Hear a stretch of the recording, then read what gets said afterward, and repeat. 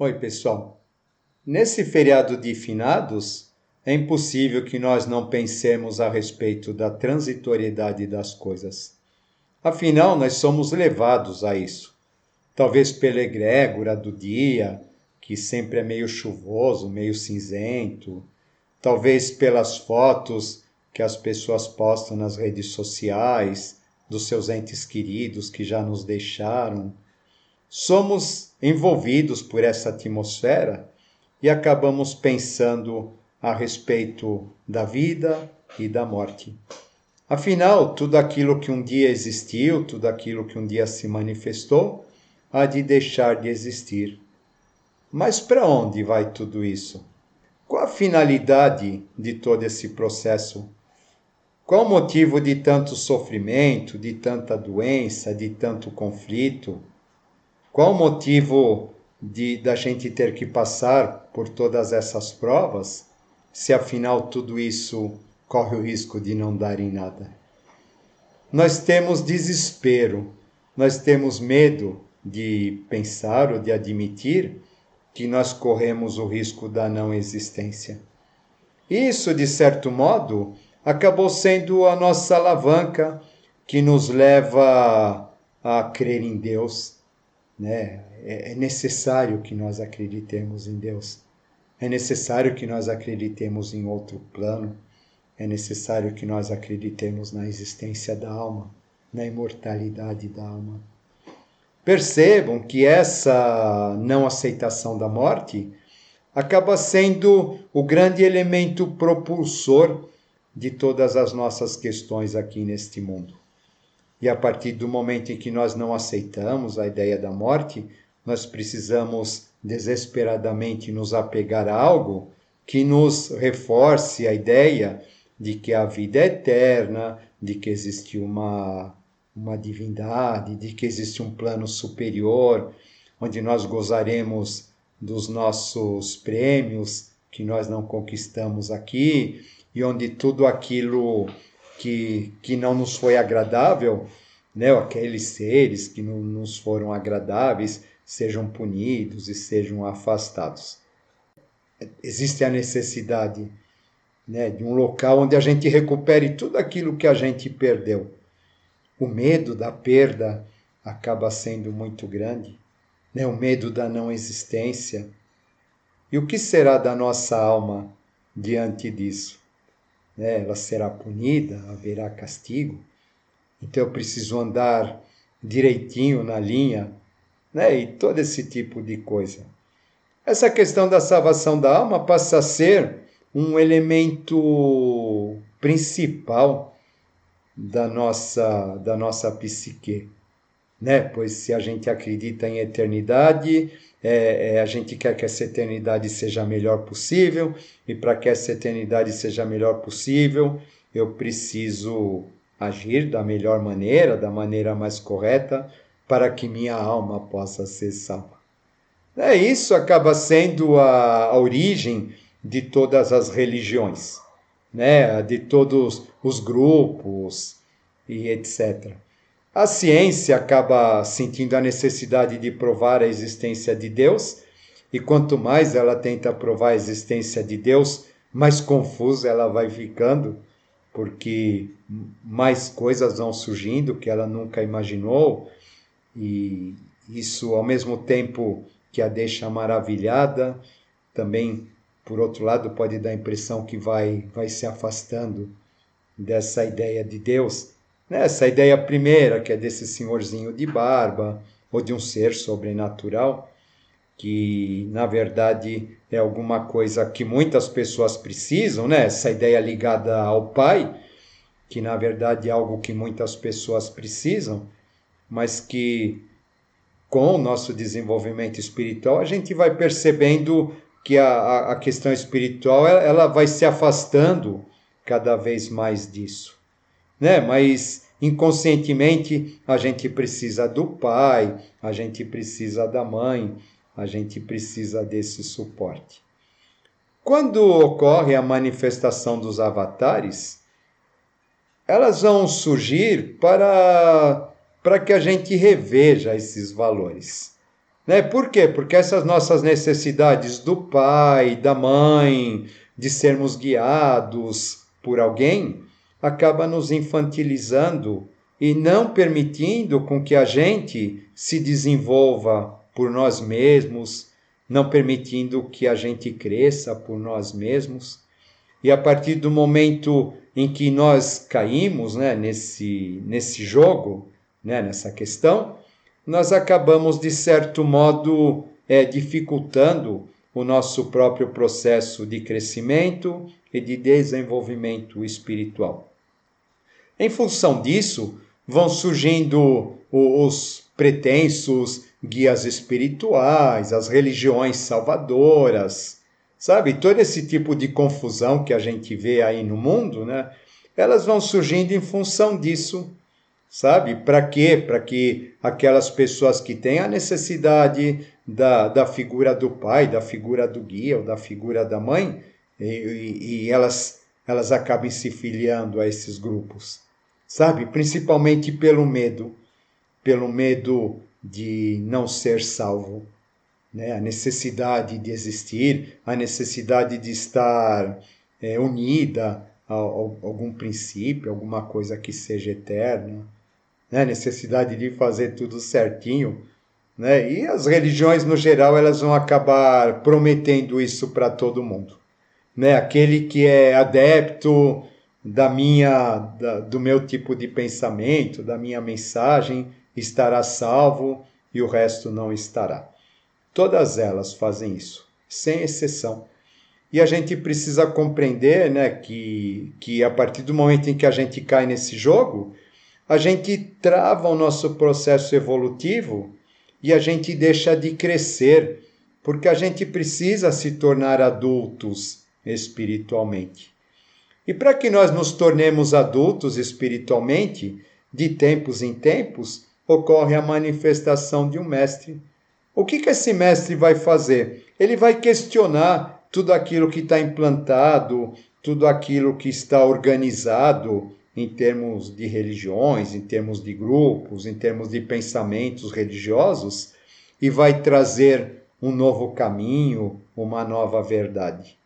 A presença de um mestre é sempre algo inconveniente, né? Nós percebemos na história do Cristo, quando ele vai nas sinagogas falar, ele vai questionar aquelas matanças de animais, aqueles ritos que existiam, né? E ele passa a ser uma pessoa bastante incômoda. Por quê, né? Porque a partir do momento em que as pessoas começam a pensar, elas começam a se afastar das sinagogas, elas começam a deixar de dar os seus donativos e etc. Porque afinal, infelizmente, né, todo grupo religioso, ele acaba caminhando em direção ao poder psíquico, que de um certo modo acaba se apoiando também no poder financeiro. Quando um avatar se manifesta, a princípio ele é a ideia pura, ele se manifesta como sáttva. Lembram aqueles 3 planos que estão associados à tríade superior?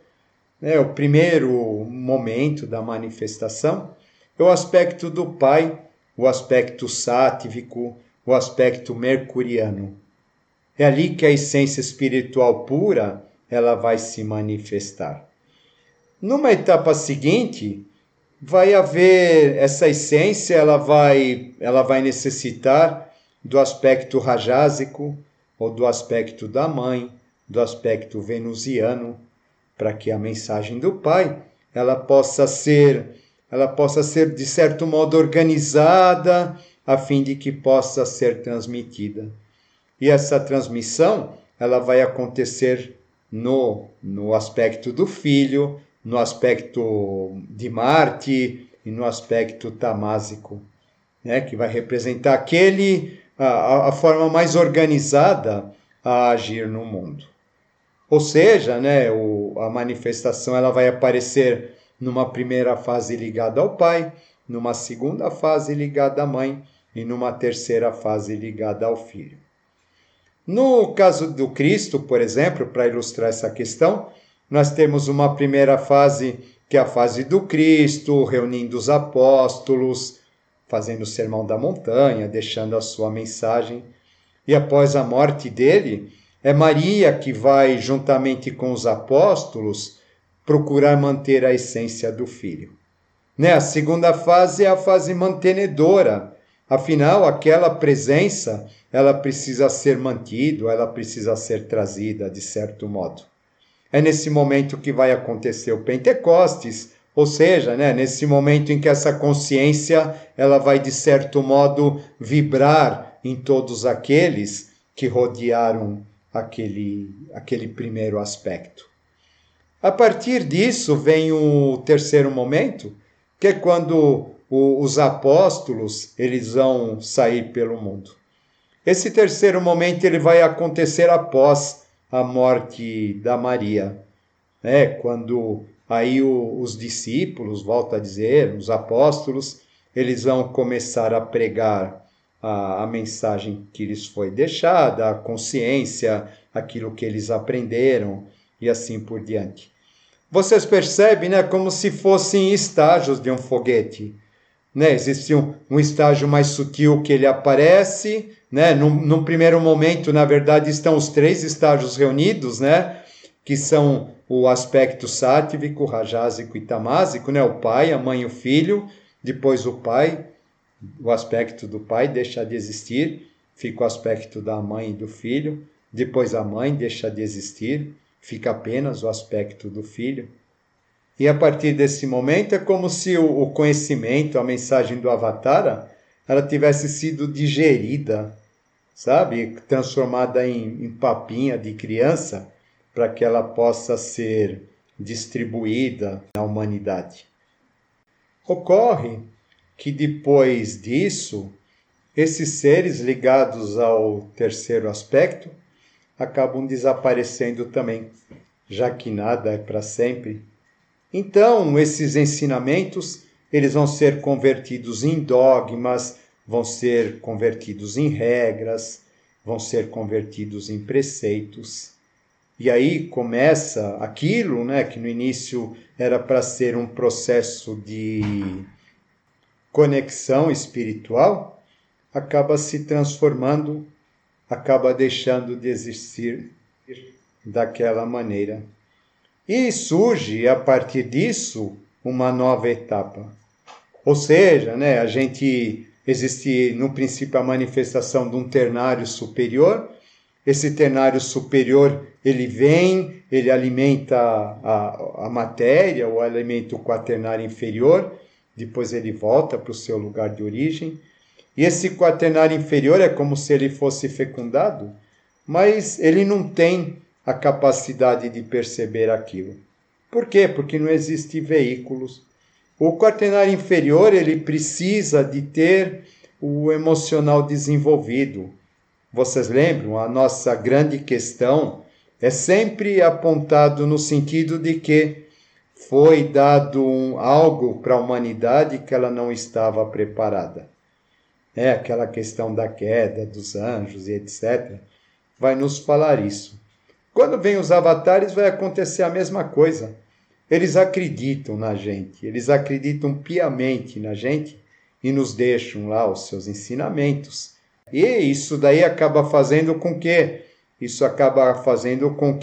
dependendo do estado de consciência daquele grupo, daquele momento evolutivo em que ele se manifesta, isso daí vai acabar sendo, de certo modo, interpretado de diferentes maneiras.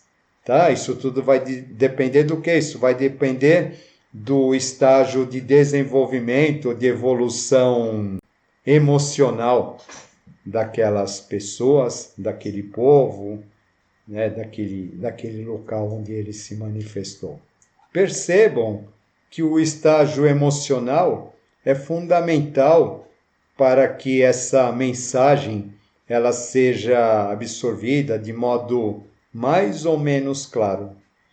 É necessário que nós estejamos livres dos nossos apegos, livres dos nossos preconceitos, livres das nossas necessidades de sermos guiados, de sermos conduzidos, de sermos salvos, para que a gente possa compreender verdadeiramente aquilo que aquele avatar, aquilo que aquele ser quis nos dizer. A gente percebe que a mensagem do Cristo até hoje, ela acabou não sendo compreendida. O que acabou acontecendo em relação ao Cristo foi que daquela questão espiritual inicial que ele acabou nos deixando, acabou se transformando num império psíquico. A Igreja Católica acabou se transformando num império psíquico, com aquele egrégora inquisidor, julgador, onde tudo aquilo que não estivesse de acordo com aquilo que ela dizia ser o correto, seria considerado algo destrutivo, algo ligado ao demônio, algo involutivo e assim por diante. Com os grupos acabam acontecendo as mesmas coisas, A gente precisa ter muito cuidado. Os grupos religiosos, no geral, eles acabam demonizando todas aquelas pessoas que não fazem parte daquele grupo. Isso faz parte da própria questão humana. Eu não estou dizendo isso em relação a esse ou aquele aspecto, esse ou aquele grupo, mas estou dizendo que isso faz parte de um mecanismo ao qual a humanidade está atrelada. E a gente precisa compreender que esse mecanismo existe. Uma vez que a gente possa compreender que esse mecanismo existe, a gente vê a maneira como as coisas transcorrem e a gente percebe que está tudo certo, e que existe dentro de tudo isso uma finalidade. E qual que é a finalidade? A finalidade de tudo aquilo que se repete é fazer com que nós nos libertemos dessa programação, que nós nos libertemos desse aspecto e nós passemos a pensar de uma maneira diferente. Por isso que tudo que repete na nossa vida, na verdade, tem uma razão de ser. E a razão de ser é exatamente a gente questionar, poxa, mas por que isso está acontecendo de novo? Sabe, mais uma vez está acontecendo isso, eu não queria que acontecesse, eu não esperava que acontecesse. Mas isso acontece para quê? Para a gente pensar. Existem coisas a serem revistas, existem coisas ainda a serem transformadas. Existem principalmente os nossos apegos como sendo os grandes obstaculizantes.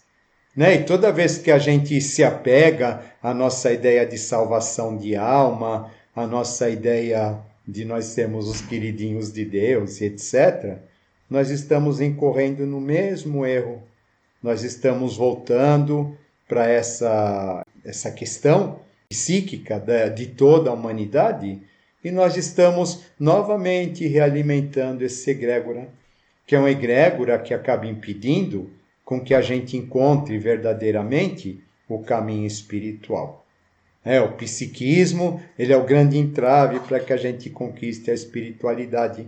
Porém, a mensagem espiritual, uma vez não compreendida pelo nosso emocional, ela acaba sendo distorcida e acaba gerando o psiquismo. Vocês percebem, onde que a gente está preso? E é bastante interessante a gente perceber isso. Nos vídeos anteriores, a gente vem falando muito a respeito dessas repetições às quais nós estamos atados. E é sempre bom que a gente perceba que enquanto a gente não mudar isso, nada vai mudar. Todas as vezes que houver a manifestação de um ser, todas as vezes que houver a manifestação de um avatar, de um grande guia da humanidade, existe uma grande tendência que a gente acabe sempre caindo nessa mesma questão. E a partir do momento em que a gente caia nessa mesma questão, surgem os dogmas, surgem as regras, surgem as perseguições, surgem os julgamentos, surgem as brigas de poder, surge tudo aquilo que a gente não gostaria que surgisse, mas que na verdade constituem as sombras que precisam ser trabalhadas para que a gente finalmente possa entrar em contato com a verdadeira espiritualidade. A grande razão de tudo isso, né, dessas decepções, desses desencantos, é para que, na verdade, a gente perceba que o caminho depende unicamente de nós. Ninguém evolui a partir da experiência do outro, ninguém evolui a partir daquilo que o outro nos diz como sendo verdade. Nós precisamos experimentar a verdade, nós precisamos provar a verdade. O que os avataras nos deixam são códigos para que a gente, através desses códigos, a gente tenha as nossas próprias experiências, a gente tenha as nossas próprias conclusões. Porém, é importante que a gente tenha as nossas próprias experiências, as nossas próprias conclusões e que a gente não fique apenas cegamente seguindo aquilo que cada um deles falou, porque a partir do momento em que nós estamos fazendo isso, na verdade nós não estamos indo para lugar nenhum. Nós estamos apegados à nossa ideia de salvação, assim como uma criança está apegada ao colo dos pais e se recusa a enfrentar o mundo, né? Mas nós sabemos que essa criança ela só vai crescer a partir do momento em que ela enfrentar o mundo por ela mesma, aprender a pensar por ela mesma e aprender a agir por ela mesma. Tá bom? Então é isso aí. Fica mais um tema para a gente pensar e é extremamente importante que a gente compreenda que essas religiões, esses grupos, eles têm uma finalidade, né, uma finalidade inicial, que depois ela acaba se distorcendo. Isso não é errado. Por que acaba se distorcendo? Acaba se distorcendo exatamente para que a gente procure o caminho dentro de nós, né? Para que a gente se emancipe dessa necessidade de estar sendo pastoreado o tempo todo. É isso aí, pessoal. Até mais.